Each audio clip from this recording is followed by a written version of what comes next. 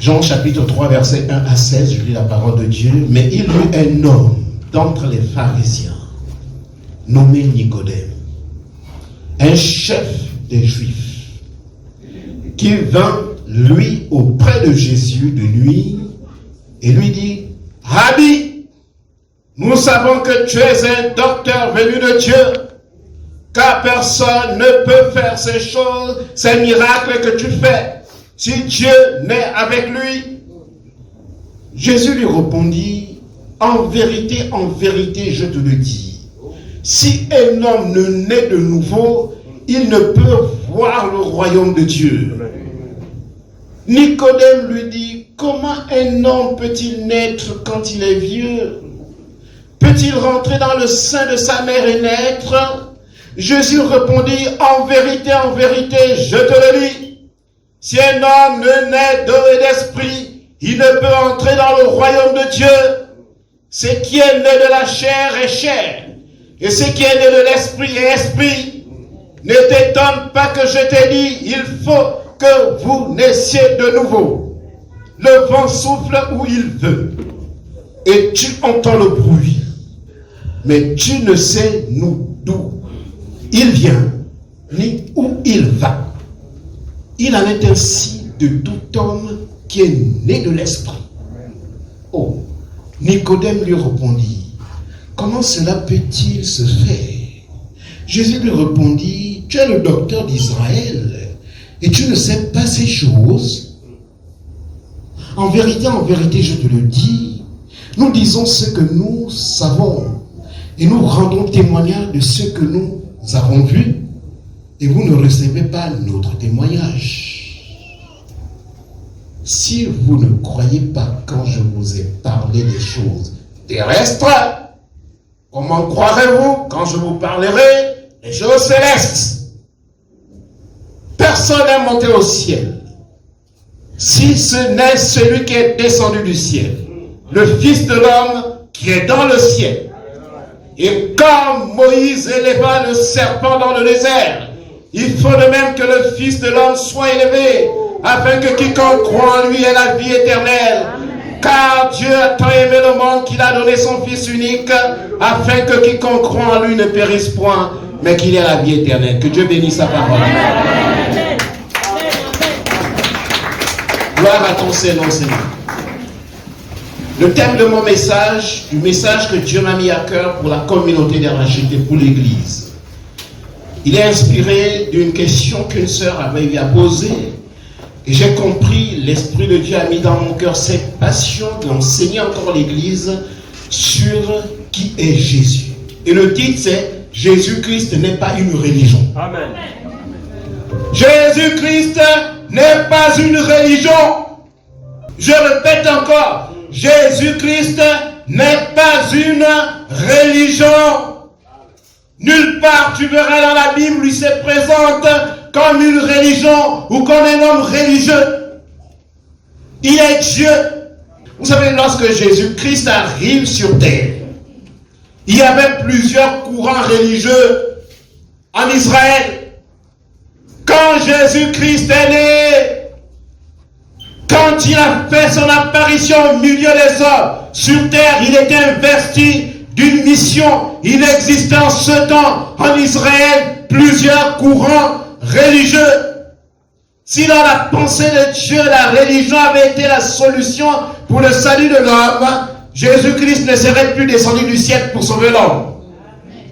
Je répète, si dans la pensée de Dieu, la religion avait été la solution de Dieu pour le salut des hommes, Jésus-Christ ne serait plus descendu. Puisque la religion était là pour sauver l'homme. Mais la religion ne sauve personne. Amen. C'est peut-être un message que vous n'avez pas pris l'habitude d'écouter. Personne ne sera sauvé parce qu'il est religieux. La religion ne sauvera personne. Vous connaissez les courants religieux qui existaient à l'époque. Il y avait les Sadducéens. Vous avez certainement entendu parler dans la Bible. Je ne vais pas faire un cours. Sinon, je vous dirais que les Sadducéens représentaient l'aristocratie sacerdotale. Ils étaient fermés. Ils ne croyaient pas aux anges. Ils ne croyaient même pas à la résurrection. Et ils pensaient que les âmes disparaissaient avec les morts. Et vous avez entendu parler d'un autre courant religieux. C'était les pharisiens. Ils étaient là. Les pharisiens étaient là quand Jésus-Christ fait son apparition dans le monde. Et les pharisiens se déclaraient être un groupe de pureté. Ils observaient les règles avec une rigueur. Ils aimaient étudier la parole de Dieu. Il y a ce qu'on appelle les zélotes. Il y a aussi ce qu'on appelle les esséniens. Il y a le judaïsme. Permettez-moi de vous le dire. Aujourd'hui, il y a aussi le bouddhisme. Il y a le kibangisme. Vous connaissez, il y a beaucoup de religions et les religions ne cessent de naître aujourd'hui. Les religions ne font que naître. Même toi, tu peux créer une religion. Tu peux créer une religion. Et tu auras des adeptes et vous allez tous droit dans le mur. Les gens continuent de créer des religions aujourd'hui. Mais l'objectif n'est pas le salut des âmes. L'objectif, c'est souvent de se faire un nom. Que celui le créateur de telle religion, celui le leader de tel groupe religieux, celui le leader charismatique de ceci ou de cela. Mais l'objectif n'est pas le salut des âmes. Aucune religion ne peut sauver une âme. Vous allez entendre aujourd'hui ce que vous n'avez jamais entendu. Amen. Aucune religion ne peut sauver une âme. Sinon, dans ce cas, arrête avec l'église. Et va dans toutes les religions qu'on connaît dans ce monde, même ici au Gabon. Et quand Jésus-Christ quitte la terre, les amis, il n'a pas créé une religion. Amen. Quand Jésus-Christ quitte la terre, il n'a pas créé de religion. Il a dit seulement, je bâtirai mon église et les portes du séjour des morts ne prévaudront point contre l'église. Il a laissé plutôt la parole de Dieu. La parole de Dieu, c'est ce qu'il a laissé aux hommes. Voilà pourquoi la parole est au centre du culte chrétien. Je vais vous lire quelques versets concernant ce que Jésus-Christ déclare. Dans Jean 14, 6, il dit, je suis le chemin, la vérité et la vie. Nul ne vient au Père que par moi. Aucune référence à la religion. Je suis le chemin, la vérité et la vie. Nul ne vient au Père. Il n'y a pas plusieurs pères. Il n'y a qu'un seul Dieu. Il n'y a pas plusieurs dieux. Les autres dieux, c'est des faux dieux. Le seul Dieu, c'est le Père de notre Seigneur, Jésus-Christ. Et il a déclaré avec autorité que nul ne viendra au Père sans passer par moi. Aucune référence à la religion. Dites ça aux religieux. Que Jésus-Christ a déclaré qu'aucun de vous ne peut arriver au Père sans passer par lui. Sinon, ce n'est pas la peine, compris? Ça veut dire qu'on a affaire à quelqu'un qui nous a menti. C'est les déclarations qui font autorité. Écoutez encore ce qu'il déclare. Je suis le cep, vous êtes les sarments. Celui qui demeure en moi et en qui je demeure porte du fruit, car sans moi vous ne pouvez rien faire. Aucune référence à la religion. Il dit sans lui vous ne pouvez rien. Tu ne peux même pas prétendre aller au ciel. Si tu te soustrais de Jésus-Christ, tu ne peux rien faire. Tu ne peux même pas prier comme Dieu le veut. Si tu n'as pas Jésus-Christ dans ta vie, tu ne peux rien du tout, rien faire. Même louer Dieu, tu as besoin du Saint-Esprit. Il dit sans moi vous ne pouvez rien. Aucune référence à une religion. Il dit encore, et c'est la parole qui dit, personne n'a jamais vu Dieu. Oh, le Fils unique qui est dans le sein du Père est celui qui l'a fait connaître. Aucune référence à la religion. 1 Jean 5 dit, et voici ce témoignage, c'est que Dieu nous a donné la vie éternelle. Gloire à Dieu. Et que cette vie est dans son Fils. Écoutez-moi bien. Voici ce témoignage, c'est que Dieu nous a donné la vie éternelle. Amen. J'espère que là où tu es là, tu as la vie éternelle. Amen. Et cette vie éternelle, tu la dois au Fils de Dieu qui est mort à la croix pour toi. Amen. Sinon, tu n'es pas au bénéfice de la vie éternelle. On t'a enseigné une vie éternelle imaginaire. qui n'est pas authentique. Et tu risques d'être déçu un jour. D'entendre le Christ te dire, retire-toi de moi, je ne t'ai jamais connu. Et voici ce témoignage, c'est que Dieu nous a donné la vie éternelle. Dieu. Mais la Bible précise et que cette vie est dans son Fils. Est-ce que c'est écrit que cette vie est dans une religion? Non. C'est dans son Fils. Amen. Retenez ce verset-là, c'est 1 Jean 5, verset 11 à 12. Et voici ce témoignage, c'est que Dieu nous a donné la vie éternelle et que cette vie est dans son Fils. Et la Bible continue en disant, celui qui a le Fils a la vie. Alléluia. Celui qui n'a pas le Fils de Dieu n'a pas la vie. Celui qui a le Fils a la vie. Celui qui n'a pas le Fils, c'est intransigeant. Il n'y a pas de compromis possible. Si tu as le Fils de Dieu, tu as la vie éternelle. Amen. Si tu n'as pas le Fils de Dieu, tu n'as pas la vie éternelle. Ceux qui sont en train de m'écouter, alors qu'on est en train de filmer, je vous le déclare au nom du Dieu que je prêche. Si tu as le Fils de Dieu, c'est que tu as la vie. Mais si tu n'as pas Jésus-Christ, tu n'as pas la vie. Même si tu es un religieux, même si tu es un chef religieux comme Nicodème. Amen. Amen, pasteur. Nicodème n'était pas n'importe qui. Hein. Il était un chef juif, religieux, pharisien. Et il était docteur de la loi. Ça veut dire qu'il connaissait la parole. Mais tu peux connaître la parole sans connaître Dieu. Amen. Tu peux connaître la parole sans connaître le Fils. Voilà pourquoi je dis souvent aux gens, attention, tu dois sonder ton cœur. Est-ce que tu as reçu le Saint-Esprit dans ton cœur? Parce que si tu ne l'as pas reçu, même si tu changes toutes les religions que tu veux, tu viens même à l'église, rien ne se passera. Amen. Quand Jésus-Christ monte au ciel, il n'y avait pas une religion qu'on appelle le christianisme. Alléluia. Ce n'est pas le christianisme qui va te sauver. Celui qui te sauve, c'est Jésus. Amen. L'histoire de Nicodème. Là, on en vient à ça.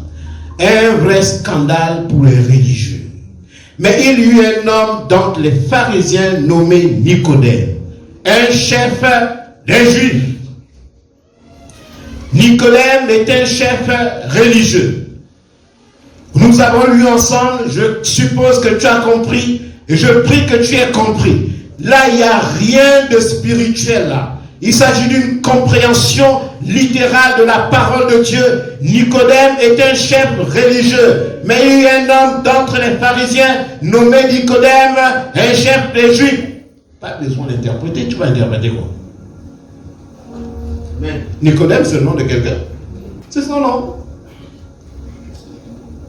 Un chef des Juifs. On n'a pas besoin d'étudier l'herméneutique pour comprendre ça. Il était un chef religieux. Et sa religion s'appelait le pharisianisme. Parce qu'il est bien dit qu'il était pharisien. Il était docteur de la loi. Il connaissait la parole de Dieu. Mais les amis, il ne connaissaient pas le Seigneur. Amen. Au verset 2, qui vint lui auprès de Jésus de nuit et lui dit, Rabbi, nous savons que tu es un docteur venu de Dieu. Car personne ne peut faire ces miracles que tu fais si Dieu n'est pas avec lui. Jésus lui répondit, en vérité, je te dis, si un homme ne naît de nouveau, il ne peut voir le royaume de Dieu. Si un homme ne naît de nouveau, il ne peut voir le royaume de Dieu. Ce que Jésus-Christ a déclaré à Nicodème est valable pour nous tous. Je n'ai pas envie un jour de rendre compte à Dieu que Seigneur, finalement je me rends compte que j'ai caché la vérité aux hommes. Mon devoir c'est de prêcher la vérité. Amen. Ça t'arrange, gloire à Dieu. Ça te dérange, gloire à Dieu. Amen. Je te dis, tu ne peux pas voir le royaume de Dieu si tu n'es pas né de nouveau. Tu peux monter, tu peux descendre, tu peux aller au Vatican, tu peux aller où tu veux. Si tu n'es pas né de nouveau, tu ne verras pas le royaume de Dieu. Tu ne peux pas voir le royaume de Dieu sans passer par l'expérience de la nouvelle naissance. C'est des paroles prononcées par Jésus-Christ qui nous rassemble ce matin. Et ces paroles-là font autorité. On est en train de parler, les amis, des choses spirituelles et des choses les meilleures pour notre statut d'enfant de Dieu. Tu dois comprendre ça. Est-ce que tu es passé par la nouvelle naissance? Amen. Est-ce que le Saint-Esprit est en toi? Parce que lorsque le Saint-Esprit est en une personne, ça se sent, ça se voit. Il est passionné pour les choses du royaume. Tu ne peux pas le contenir. Il est feu et flamme pour les choses spirituelles. Ça se voit, c'est écrit sur le visage.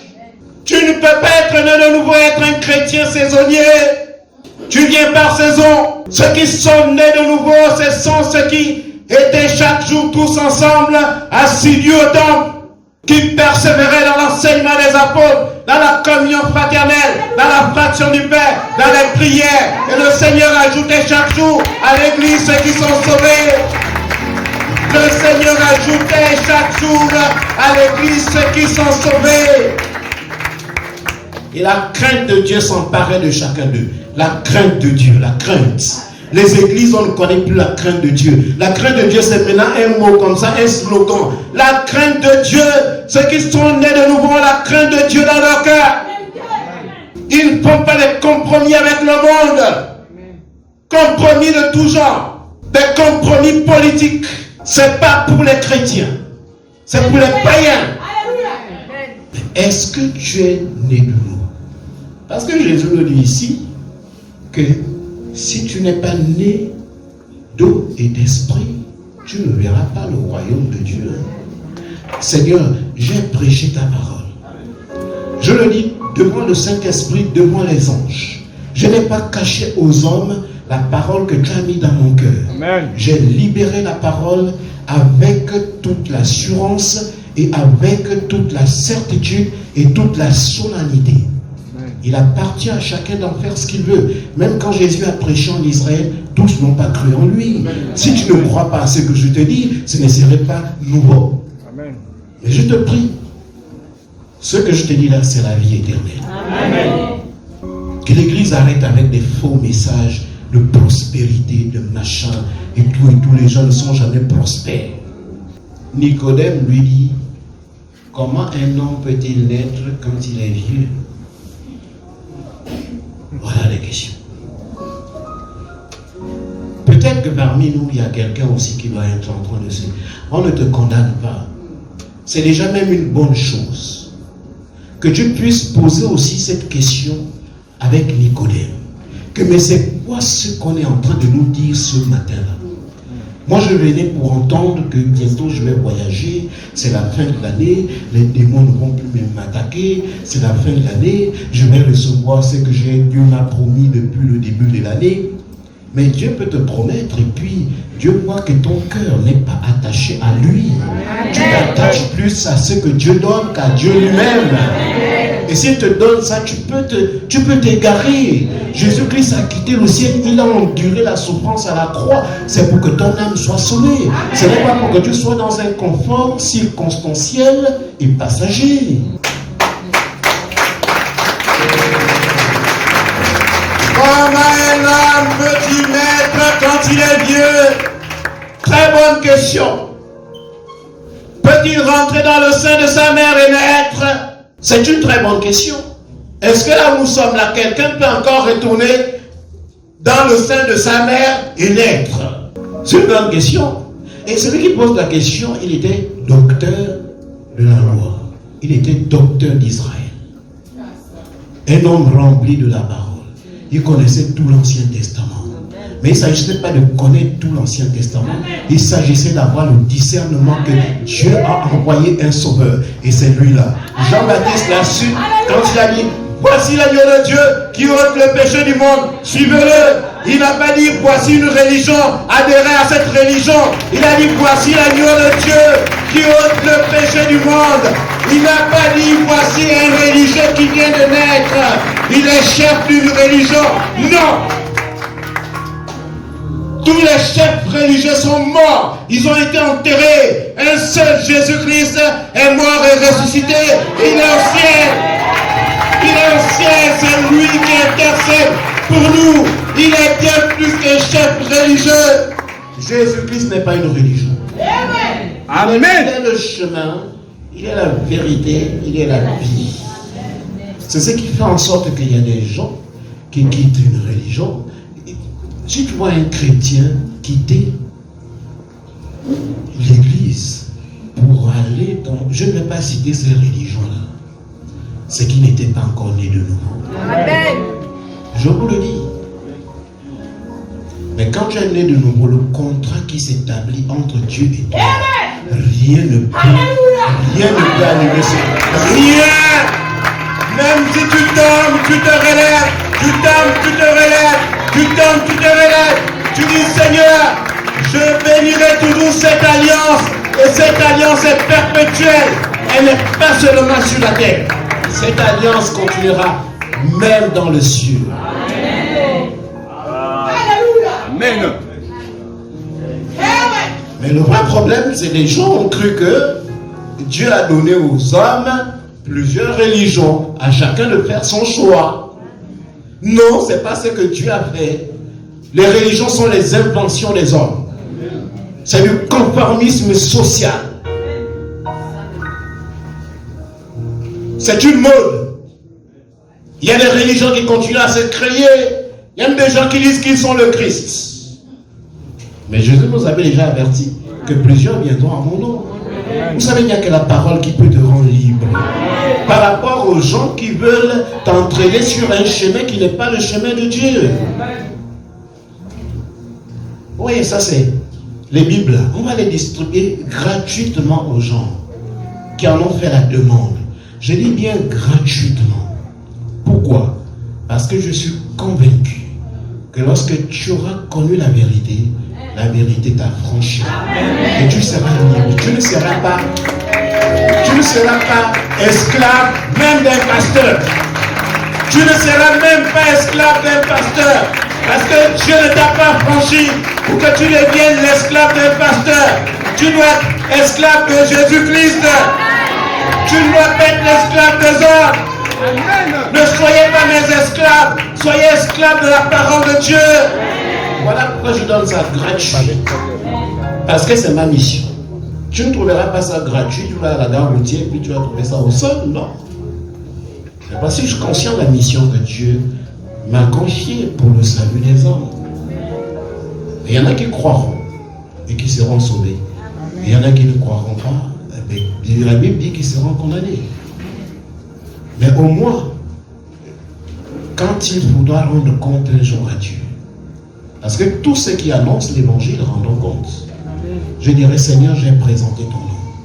Je n'ai pas dit aux hommes qu'il y avait plusieurs chemins, plusieurs vérités, plusieurs vies. Je leur ai rappelé que tu étais l'unique chemin, l'unique vérité et l'unique vie. Et que personne ne peut accéder à Dieu sans passer par Jésus-Christ. Les affaires de religion là, c'est du bluff. Moi j'aimais bien quand Jésus avait une conversation avec quelqu'un. Parce qu'il insiste.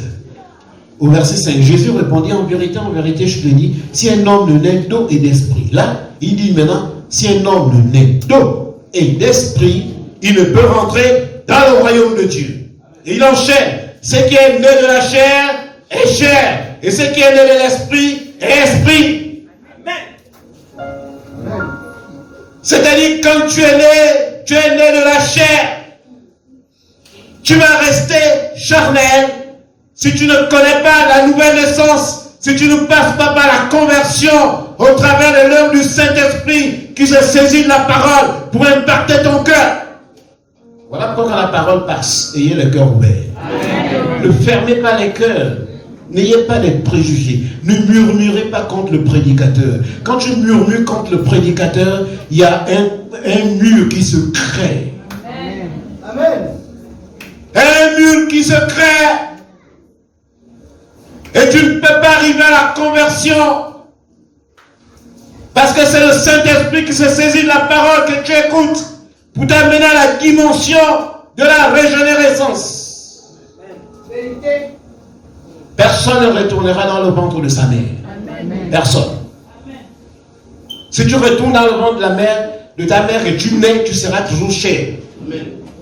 Parce que ce qui est né de la chair reste la chair. Ce qui est né de l'esprit est l'esprit. C'est deux dimensions différentes. Deux dimensions différentes. C'est deux dimensions différentes. Et Jésus-Christ est en train de nous dire ici que la nouvelle naissance est incontournable pour rentrer dans les cieux. Frères, sœurs, vous êtes là nombreux ce matin. Je bénis Dieu pour votre présence. Vous savez, Dieu ne fait rien par hasard. Et tu ne peux pas avoir effectué tout le déplacement que tu as fait. Je ne sais pas où tu habites. Et demeurer toujours cher. Tu dois connaître l'expérience de la nouvelle naissance. Et celui qui baptise du Saint-Esprit, c'est Jésus-Christ lui-même. Il peut se saisir des instruments, mais c'est lui qui baptise du Saint-Esprit. Le Saint-Esprit se saisit de la parole. Ne sois pas indifférent lorsque la parole de Dieu passe. Ne sois pas de marbre. Laisse-toi percuter par la parole de Dieu. Ne sois pas comme un roc. Laisse-toi briser par la parole. Tu as besoin de devenir non pas une créature améliorée. Le Saint-Esprit n'améliore pas les créatures de Dieu. Il crée de nouvelles créatures. Voilà pourquoi la Bible dit quand on est en Christ, on a une nouvelle créature. On a une nouvelle créature. La nouvelle créature, ce n'est pas une créature améliorée. C'est deux choses différentes. La religion t'apprend l'amélioration. Mais tu vas t'améliorer. Tu vas te rendre compte que le péché te colle à la peau. Et tu ne peux pas rentrer dans le royaume de Dieu comme ça.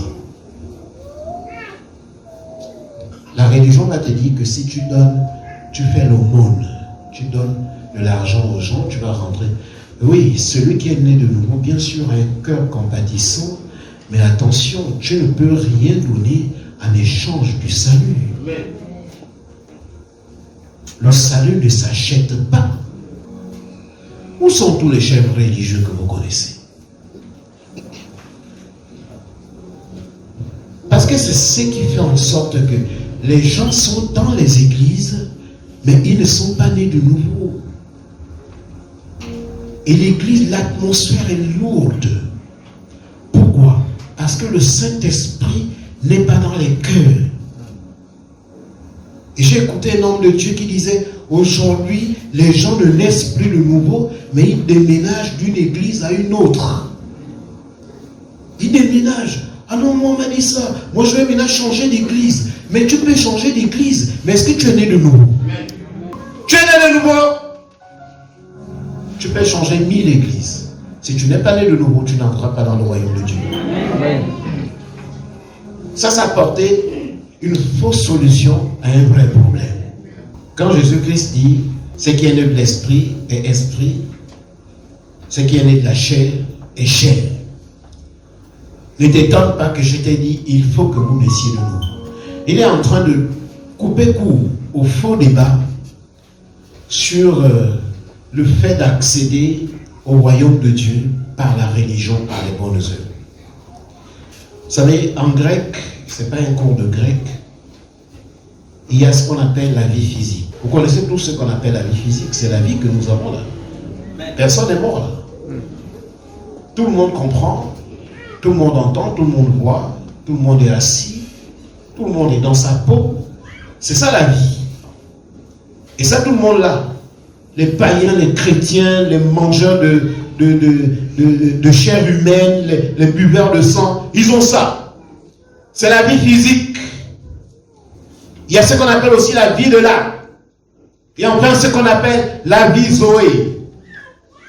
La vie Zoé, c'est le terme utilisé dans la Bible pour désigner la vie éternelle. Pour rentrer dans le royaume de Dieu, il faut que tu sois au bénéfice de la vie Zoé. La vie physique, là, ne va pas t'amener dans le royaume de Dieu. Vous savez, Nicodème est venu voir Jésus-Christ la journée ou bien la nuit? Il est venu voir Jésus-Christ de nuit. Je ne sais pas pourquoi il a choisi la nuit pour voir Jésus-Christ, pour rencontrer. C'est qu'au fond de son cœur, il savait que celui-là était différent d'eux, était différent des pharisiens. Mais il avait peur des pharisiens pour rencontrer Jésus de jour. Il avait peur du camp d'Iraton. Il avait peur du jugement des hommes. Il avait peur qu'on se moque de lui, que tu es quand même docteur d'Israël, tu es docteur de la loi, et tu vas voir cet homme-là. Il y a beaucoup de gens qui sont comme Nicodème. Le christianisme est toujours caché. Caché, caché, caché. Ils ne proclament jamais leur appartenance clairement au royaume de Dieu. Et en conséquence, ils n'annoncent jamais l'évangile autour d'eux. Ne soyez pas les Nicodèmes. Ce christianisme caché-là, ce sont des gens qui n'ont pas encore reçu la nouvelle naissance, qui le mènent. Ton entourage doit être fier de toi parce que tu es fier d'appartenir au royaume de Dieu et tu le proclames clairement. Il est venu voir Jésus de nuit. Et quand il vient, il commence à parler de miracles. Tu es un docteur qui fait des miracles parce que vous savez l'affaire de miracles là. Et ça n'a pas changé. Hein? C'est la même chose aujourd'hui. Si tu as envie de remplir l'église, il faut commencer à faire des miracles, même des faux miracles. Amen. Quand tu fais la publicité, il y aura des miracles. Tu vas voir, il y aura plein de gens qui viendront. Tu mets des affiches partout. Tu commences à parler des miracles. Mais les miracles, c'est Dieu qui le fait. Amen. Ce n'est pas un homme. Et Dieu est souverain. Quand il veut faire le miracle, il le fait. Quand il ne veut pas faire, il ne le fait pas. Qui t'a garanti que le rassemblement que tu convoques là, Dieu va agir? Vous n'avez jamais vu dans la Bible comment Dieu refuse des miracles aux hommes. Il a refusé les miracles. Seigneur, nous voulons te voir faire un miracle. Et il dit, une génération perverse et adultère demande un miracle, il ne sera donné aucun autre miracle que celui du prophète Jonas. Quelle réponse! Mais il ne savait pas qu'il avait besoin du plus grand miracle qui soit. Alléluia. Et le plus grand miracle qui soit, c'est celui de naître de nouveau. C'est ça le plus grand miracle qui soit. Si tu n'es pas né de nouveau, tu n'as pas expérimenté le plus grand miracle. Le plus grand miracle, c'est celui de naître de nouveau. Parce que c'est ce qui te permettra de rentrer dans le royaume des cieux. Est-ce que tu es né de nouveau? Est-ce que l'Esprit de Dieu rend témoignage à ton esprit que tu es devenu enfant de Dieu? Parce que c'est ça, qu'il n'y a pas de doute possible. Quand tu es né de nouveau, il n'y a aucun doute dans ton cœur. Amen. Le Saint-Esprit rend témoignage à ton esprit que tu es devenu enfant de Dieu. Est-ce que autant que nous sommes ici ce matin, parce que c'est pour cela que l'Église a été suscitée, est-ce que là où tu es assis là, frère, seul, bientôt le culte va finir, nous allons rentrer chez nous. Personne ne sera gardé en captivité ici. Mais est-ce que l'Esprit de Dieu rend témoignage à ton esprit? Chacun pour sa part. C'est-à-dire, ce n'est pas la peine de sonder la vie d'un autre. Il est question de ta vie personnelle. Est-ce que l'Esprit de Dieu qui est présent en ce lieu rend témoignage à ton esprit que tu es enfant de Dieu? Si tu as des doutes là-dessus, s'il te plaît, il faut qu'on se voit. C'est ma mission. Je ne veux pas maintenir des gens dans l'église qui n'ont pas expérimenté la nouvelle naissance. Tu es libre. Mais Dieu au ciel a déjà enregistré que j'ai eu comme préoccupation que tu sois né de nouveau. Parce que c'est le plus grand miracle qu'un homme puisse expérimenter dans sa vie. Voilà pourquoi Nicodème disait, Attends, un homme peut-il encore rentrer dans le ventre de sa mère? Si c'était possible, ce serait un grand miracle. Mais le plus grand miracle, c'est lorsque tu es né de chair et que tu nais de l'esprit. Si tu es comme Nicodème, tu ne comprends pas. S'il te plaît, je peux te consacrer du temps, même à deux, pour qu'on parle de tout ça. Vous tous qui êtes là, vous savez qu'on va me joindre. Peut-être que Nicodème avait besoin d'un enseignement pour renforcer son titre de docteur de la loi. Mais il va rencontrer un Jésus-Christ, mais feu et flamme sur une préoccupation majeure de la vie de l'homme. Il va insister en parlant qu'il te faut naître de nouveau. Il y a une histoire dans la Bible où les disciples étaient de retour d'une mission. Et ils étaient contents. Et ils étaient vraiment très contents. Pourquoi? Parce que les démons leur étaient soumis. Et Jésus va leur dire, ne vous réjouissez pas de ce que les esprits vous sont soumis. Ça veut dire que le bruit que les gens font souvent là, parce qu'il y a des miracles, il y a des manifestations, c'est pas ça le plus important. Il dit, ne vous réjouissez pas parce que les esprits vous sont soumis, mais réjouissez-vous de ce que vos noms sont écrits dans les cieux. Tu dois être content du fait que ton nom soit écrit dans les cieux, que les esprits soient soumis, qu'ils ne soient pas soumis, que tu aies à manger, que tu n'aies pas à manger, que tu aies de l'argent, que tu n'aies pas de l'argent. Frère, que tu sois en bonne santé ou que tu sois malade, si ton nom est écrit dans les cieux, même dans la maladie, réjouis-toi.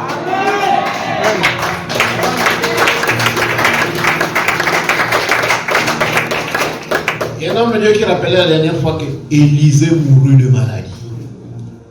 Élisée, double portion. Un prophète pas comme les autres. Il a hérité du prophète Élie la double portion. Mais il est mort de maladie. Même si tu as la double portion, c'est Dieu qui a le dessus sur toutes choses. Ne soyez pas concentrés sur des miracles.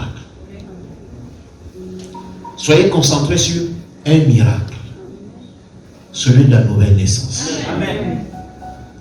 Jésus-Christ est catégorique dans ce que nous venons de lire. Si tu ne nais pas d'eau et d'esprit, si tu n'es pas né de nouveau, tu ne peux pas rentrer dans le royaume de Dieu.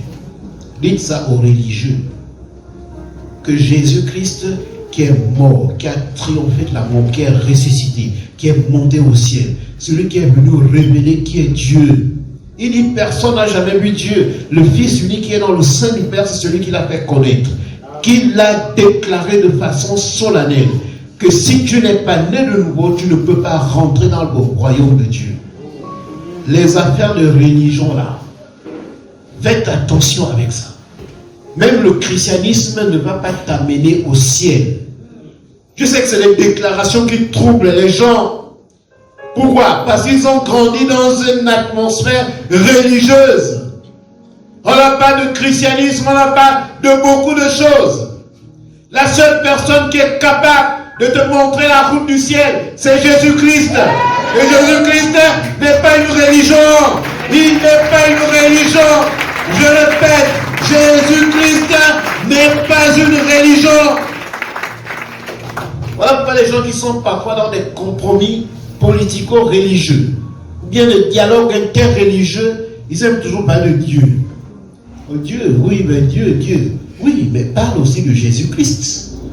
Vous voyez, c'est que s'il parle de Jésus-Christ, les problèmes vont commencer. Peut-être même le Dieu là, il écrit ça avec un petit D. Il y a beaucoup de petits dieux. Parle de Jésus. L'homme de Galilée. C'est lui le chemin, la vérité et la vie. Nul ne vient au Père que par lui. Et l'Église a besoin d'être instruite dans ses vérités éternelles. Si tu n'es pas instruit là-dedans, mon ami, la religion va te tromper. La religion va te tromper. Le référentiel dans la vie d'un enfant de Dieu, ce n'est pas ce qu'un homme déclare, c'est ce que la Bible déclare.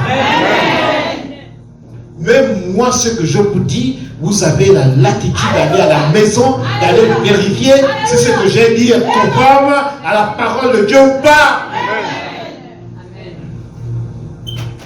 Ne soyez pas esclaves des déclarations des hommes. Soyez esclaves de ce que Dieu a proclamé dans sa parole. Et ce qui fait en sorte que tu vas dans une église, oh non, mais ici on fait ça comme ça. Oh, dans une autre, oh, ici on fait ça comme ça. Mais ce n'est pas une question d'ici on fait ça comme ça. C'est une question, la Bible dit quoi? Amen. Est-ce que tu l'as lu? Ou bien ta Bible, c'est ton pasteur? Je ne suis pas une Bible, moi. Aucun pasteur n'a une Bible.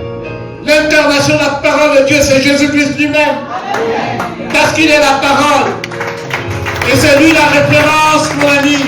Si tu ne te réfères pas à lui, tu seras toujours trompé par les hommes. Vous connaîtrez la vérité. La vérité vous affranchira. Au commencement était la parole. Et la parole était avec Dieu, et la parole était Dieu. Elle était au commencement avec Dieu, toutes choses ont été faites par elle. Et rien de ce qui a été fait n'a été fait sans elle. En elle était la vie, et la vie était la lumière des hommes. La lumière, lui, dans les ténèbres, et les ténèbres ne l'ont point reçu. Il y a un homme envoyé de Dieu, son nom était Jean.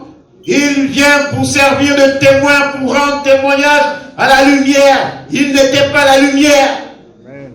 Afin que tous crussent par lui. Il n'était pas la lumière, je l'ai dit 2 fois. Verset 8, il n'était pas la lumière. Je ne suis pas la lumière. Je suis venu pour rendre témoignage à la lumière ce matin. Il n'était pas la lumière. Aucun homme sur la terre n'est la lumière. La lumière, c'est Jésus-Christ, la parole incarnée de Dieu. Mais il parut pour rendre témoignage à la lumière. Cette lumière était la véritable lumière qui, en venant dans le monde, éclaire tout homme. Elle était dans le monde et le monde a été fait par elle. Et le monde ne l'a point connue. Elle est venue chez les siens ne l'ont point reçue. Mais à tous ceux qui l'ont reçu, à ceux qui croient en son nom, elle a donné le pouvoir de devenir par le Dieu, lesquels sont nés, non du sang, ni de la volonté de la chair, ni de la volonté de l'homme, mais de la volonté de Dieu.